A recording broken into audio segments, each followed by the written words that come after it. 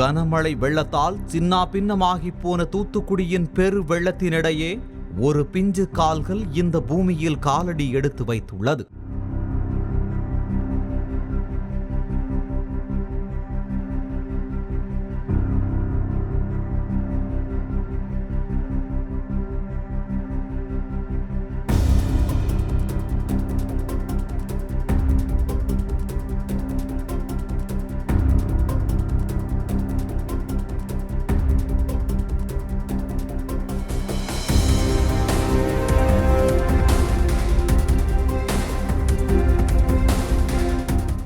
முழங்கால் அளவு நீரில் போதிய வெளிச்சம் இல்லாமலும் மாற்றுத்திறனாளி கர்ப்பிணிக்கு பிரசவம் பார்த்து தாயையும் சேயையும் காப்பாற்றிய செவிலியரை அந்த ஊரே தற்போது புகழ்ந்து பாராட்டி வருகிறது. ஏரல் அருகே உள்ள பட்டாண்டி விளையைச் சேர்ந்த ஜோன்ஸின் மனைவி ரம்யா நிறைமாத கர்ப்பிணி. 24 வயதான அந்த மாற்றுத்திறனாளி பெண்ணுக்கு கடந்த 18ஆம் தேதி பிரசவ வலி ஏற்பட்டுள்ளது. டிசம்பர் 17ஆம் தேதி முதல் நிலையில் ரம்யாவை மருத்துவமனைக்கு அழைத்துச் செல்வதில் சிக்கல் ஏற்பட்டுள்ளது. எங்க வீட்டுக்காருக்கு தங்கச்சி மகளுக்கு 18ஆம் தேதி காலையில் 5 மணி அளவு வயிறு வலி வந்துவிட்டது. 5 மணிக்கு வயிறு வலி வந்தோடனே நாங்கள் இங்கே 108 ஃபோன் போட்டோம். 108 வரல. இங்கே கார் வச்சுருந்தாங்க. கார்காரங்களுக்குலாம் கூப்பிட்டோம். ஒருத்தருமே வர மாட்டேன்ட்டாங்க. நிறைய தண்ணி போகுது, எப்படி வர முடியும் அப்படின்னு சொல்லிட்டாங்க. கனமழை வெளுத்து வாங்க ஊரே வெள்ளத்தில் தத்தளித்துக் கொண்டிருந்தது. ஆம்புலன்ஸ், கார் என முழுவதும் முடங்கி போன நேரம் அது. தங்கையின் மகள் பிரசவ வழியில் துடிப்பதை பார்க்க முடியாமல் நொந்து போயிருந்தார் தாய் மாமன் ஜேசுபால். எப்படியும் பிள்ளையை காப்பாற்றணும் அப்படின்னு சொல்லி என் மகன் ஒரு தொட்டி ஆட்டோ வச்சிருந்தான். இந்த ஆட்டோவில் எங்களுக்கு திருதண்டூருக்கு கூட்டு போயிட்டான். திருதண்டூருக்கு கூட்டு போனால் அங்கே போய் ஏரலுக்கு போக முடியாதுன்னு சொல்லிட்டாங்க. இருந்தாலும் நீங்க போக முடியாதுமா, பிள்ளையை நீங்க எப்படி காப்பாற்ற போறீங்கன்னு சொல்றாங்க. எப்படியோ கஷ்டப்பட்டு ஆட்டோ மூலமாக சிறுத்தண்டு வரை ரம்யா கொண்டு செல்லப்பட்ட நிலையில் வெள்ளத்தில் சிக்கி ஆட்டோவால் நகர முடியாத சூழல். கனமழையோ விடுவதாக இல்லை. தாய்மாமன் ஜேசுபால் ஒரு நிமிடம் பார்த்தார். தங்கையின் மகளை தூக்கி தோளில் அமர்த்தி மார்பளவு வெள்ளத்தில் நடக்க தொடங்கினார் அவர். தாய்மாமனின் பாச போராட்டத்தை பார்த்து ஊர் இளைஞர்கள் கை கொடுக்க அந்த பெரு வெள்ளத்தில் ஒரு உயிர் ஜனிப்பதற்கான போராட்டம் தொடங்கியது.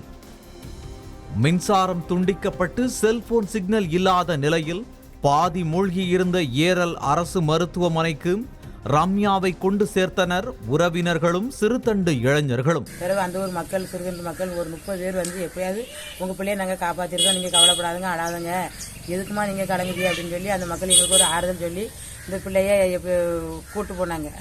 அங்கே கூட்டு போய் தண்ணிக்கிட்ட நாங்கள் போயிட்டோம். தண்ணிக்கிட்ட போன உடனே யாராலையும் போக முடியாத சூழ்நிலையில் எங்கள் வீட்டால் இந்த பிள்ளையை தோண்டில் இப்படி தூக்கிட்டாங்க. தூக்கி எங்கள் வீட்டால் சுற்றி ஒரு 30 பேர் அவங்கள சுற்றிட்டாங்க. சுற்றி பெரியார் கொண்டு போய் அங்கே கொண்டு நாங்கள் சேர்த்துட்டோம். கர்ப்பிணி பெண்ணின் நிலையை மேலதிகாரிகளுக்கு சொல்ல முடியாமல் தவித்திருக்கிறார் அங்கிருந்த செவிலியர் ஜெயலட்சுமி. நல்ல மழை வெள்ளமா இருந்தது. இந்த நேரத்துல கிட்டத்தட்ட மதியம் 2 மணி அளவுல வந்து ஒரு கர்ப்பிணி வந்து பிரசவ வழியில வந்து அவங்களுடைய சொந்தக்காரங்க வந்து கையால தூக்கிட்டே வந்தாங்க. ஏன்னா வாகனங்கள் எதுவும் இல்லை. பக்கத்துல வந்து ரொம்ப தண்ணியா இருந்ததுனால வெள்ளம் வந்துகிட்டே இருந்ததுனால அவங்க அந்த கர்ப்பிணி வந்து தூக்கிட்டு வந்தாங்க. அவங்கள பரிசோதிச்சுட்டு பார்த்துட்டு அவங்க வந்து ஒரு ஹை ரிஸ்க் மதர். அவங்க வந்து ஒரு வாய் பேச முடியாதவங்க, காது கேட்காதவங்க, பிளஸ் வந்து அவங்க வந்து ரொம்ப ஹைட் எல்லாம் கம்மி. இந்த மாதிரி கேசஸ் எல்லாம் வந்து நாங்க என்ன செய்வோம்னா கைய சென்டருக்கு தான் ரெஃபர் பண்ணுவோம். அன்னைக்கு சூழ்நிலையில 108 எதுவுமே கிடைக்கல. இவ்வளவு ஒரு இக்கட்டான சூழ்நிலையில அவங்க இருந்தாங்க. அவங்களுடைய கண்டிஷன் எல்லாமே அவங்க அட்டெண்டர்ஸ்ல வந்து நாங்க இன்ஃபார்ம் பண்ணிட்டோம். இருந்தாலும் நம்ம அனுப்ப முடியாத சூழ்நிலையை நம்மளால முடிஞ்ச அளவு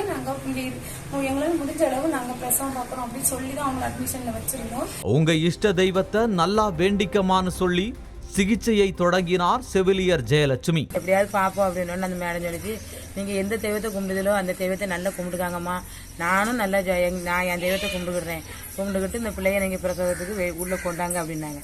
நாங்கள் நல்லா ஜெபம் பண்ணிட்டு, ஏசப்பா நீங்கள் தான் எங்களுக்கு அப்படி வேறு யாருமே எங்களுக்கு மருந்து கிடையாது, மாத்திரை கிடையாது, நீங்கள் எங்களுக்கு தெய்வமாக இருந்து எங்கள் பிள்ளையை காப்பாற்றினீங்க அப்படின்னு சொல்லி நாங்கள் கெஞ்சி ஏசப்பாட்ட கேட்டோன்னே அந்த மேடம் உடனே அங்கே கூட்டு போயிட்டாங்க.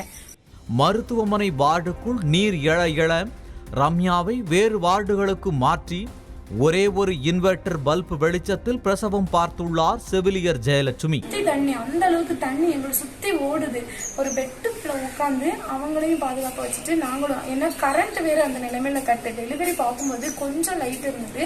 அந்த ஒரு லைட்டுமே டெலிவரி பார்த்து முடிக்கிற கண்டிஷன்ல வந்து அந்த யூபிஎஸ் சார்ஜருமே காலியாகி தண்ணி அதிகமா அந்த அறைக்குள்ளெல்லாம் தண்ணி போகுறதுனால அந்த யூபிஎஸ் எல்லாம் முங்கினால அந்த கரண்ட்டுமே கட் ஆயிடுச்சு. ஒரு 7-8 மணி அளவுல வந்து ஒருத்தர் முகம் ஒருத்தருக்கு தெரியாது. நாங்க இப்படிதான் நடக்கும்னு தெரியல. ஒரு மெழுகுவர்த்தி கூட வாங்கி வைக்கல. முடிஞ்ச அளவு எங்களோட செல் டார்ச்சர் வச்சுதான் அந்த பெண்ணையும் அந்த குழந்தையுமே நல்லபடியா கவனிச்சிருந்தோம். தண்ணி கரண்ட் கிடையாது, ஒண்ணுமே கிடையாது. அதுலயும் அந்த மேடம் தைரியமா இருந்து பார்த்தாங்க. அதான் எங்களுக்கு ஒரு தெய்வம். இவ்வளவு பரபரப்புகளுக்கு மத்தியில் அந்த பிஞ்சு குழந்தையின் அழுக்குரல் இரவு 7 மணிக்கு கேட்டது. இந்த கர்ப்பிணியை வந்து நாங்க பாதுகாப்பா வந்து பிரசவ அறையிலேயே வச்சிருந்தோம். அவங்களுக்கு கிட்டத்தட்ட ஒரு 7-9க்கு வந்து ஒரு அழகான ஆண் குழந்தை பிறந்தது. கடவுளுடைய அருளால அந்த கர்ப்பிணிக்கும் சரி அந்த குழந்தைக்கும் எந்த பாதிப்பும் இல்லாம நல்லபடியா சுகப்பிரசவம் ஆனது. இந்த சுகப்பிரசவம் ஆகிற நிலைமையில எங்களுடைய பிரசவ அறையிலேயே வந்து தண்ணி நல்லா புகுந்துச்சு. ஆனா அங்க வரும் நாங்க எதிர்பார்க்கல. இருந்தாலும் அந்த பிரசவ அறைக்குள்ள கூட தண்ணி வந்துட்டு பிரசவம் பார்த்து முடிக்கும் போது எங்களுடைய முட்டளவுக்கு வந்து தண்ணி வந்து அதிகமா வந்துருச்சு. இருந்தாலும் அந்த கர்ப்பிணி எந்த அளவுக்கு பாதுகாப்பா வைக்க முடியுமோ எங்களால முடிஞ்ச மருந்துகள் எல்லாமே கொடுத்து அவங்களை எவ்வளவு பாதுகாப்பா வைக்க முடியுமோ அந்த அளவுக்கு பாதுகாப்பா வச்சிருந்தேன். பிரசவம் வெற்றிகரமாக முடிந்தாலும் தாய்க்கு உணவு கொடுப்பதில் பிரச்சனை. ஒரு நாள் முழுவதும் உணவின்றி தவித்து வந்த நிலையில் அரசின் பேர்கால கிட்டில் இருந்த பேரிச்சம்பழங்களை தாய்க்கு உணவாக கொடுத்துள்ளார் செவிலியர். கொஞ்சம் குறைஞ்சதை தவிர தண்ணியோட வேகம்லாம் குறையல. அதே வெள்ளம் அந்த அளவுக்கு வேகமா இழுத்துட்டு போய்கிட்டே இருந்தது.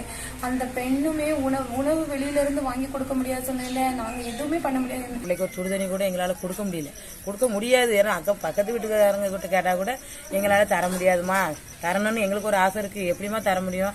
நாங்க தந்தா தண்ணிக்குள்ள போயிடும், எட்டி போட்டாலும் தண்ணிக்குள்ள போயிடும் அப்படின்னு சொல்லிட்டாங்க. நாங்கள் அந்த பாத்ரூமில் யூஸ் பண்ணுற பாத்ரூமில் தண்ணியை பிடிச்சி தான் இந்த பிள்ளைக்கும் கொடுத்து நாங்களும் 3 நாள் குடிச்சு பச்சை பிள்ளைக்கும் தொண்டை வரண்டக்கூடாதுல, உடனே அந்த பிள்ளைக்கு பால் இருக்காதுன்னு சொல்லி அந்த பச்சை பையனுக்கும் அந்த பாத்ரூமில் உள்ள தண்ணியை பிடிச்சி தொட்டு வச்சேன். நான் தான் வச்சேன். மறுநாள் எதிரே இருந்த டீ கடைக்காரர் கயிறு கட்டி கொண்டு வந்து உணவு கொடுத்துள்ளார். விடாமல் பெய்த கனமழையிலும் ஓயாமல் ஓடிக்கொண்டிருந்த வெள்ளத்திற்கு மத்தியிலும் எந்தவித அடிப்படை வசதிகளும் இன்றி பிரசவம் பார்த்து 2 உயிர்களை காப்பாற்றிய செவிலியர் ஜெயலட்சுமியை ஊரே தற்போது புகழ்ந்து பாராட்டி வருகிறது. நாங்கள் 3 நாளாக இருந்து எப்படியோ வழி நடத்தி கொண்டு வந்த ஆண்டவருக்கும் நன்றி. அந்த நர்சம்மாவுக்கும் ரொம்ப, அந்த நர்சம்மாவும் அந்த குடும்பத்தோடு நல்ல ஆயுசோடு இருக்கும். செய்திகளை உடனுக்குடனும் துல்லியமாகவும் தெரிந்து கொள்ள சப்ஸ்கிரைப் பண்ணுங்க.